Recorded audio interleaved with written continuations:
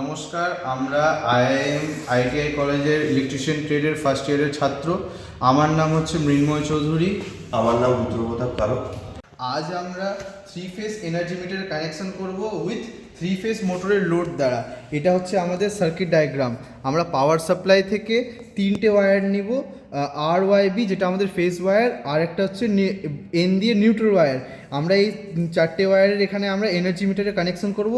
আমাদের এই ওয়্যারগুলোর কানেকশন আসবে যেমনি S1 supply 1, S2 supply 2, S3 supply 3 আর OS।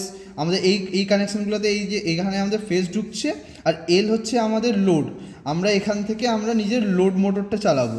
তো এখান থেকে আমাদের কানেকশান আসলো, এনার্জি মিটারে গেল, এবং এনার্জি মিটার থেকে আমাদের এখানে 3 ফেজ যেটা মোটর আছে তার RYB এবং নিউট্রালে কানেকশান করলাম। এটা হচ্ছে আমাদের সার্কিট ডায়াগ্রাম, এটা হচ্ছে আমাদের সার্কিট স্টার্ট, এটা হচ্ছে আমাদের এটার কানেকশন।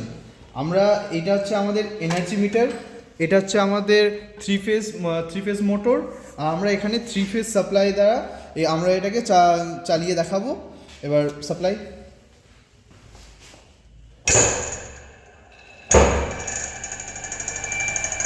আমাদের এখানে RYB 3টেই বাল্ব গ্লো করেছে, তার মানে আমাদের হচ্ছে RYB 3টেই কানেকশন হয়ে গেছে। আমাদের এই যে আমাদের মোটরটা স্পিন করছে, 3 ফেজ কানেকশন পেয়ে আমাদের মোটর স্পিন করছে। এবার আমাদের এখানে আমরা দেখাচ্ছি, এখানে হচ্ছে আমাদের প্রথমটা হচ্ছে এর সাপ্লাইয়ের জন্য, সেকেন্ডটা হচ্ছে আমাদের এল মানে এখানে আমাদের লোডের জন্য।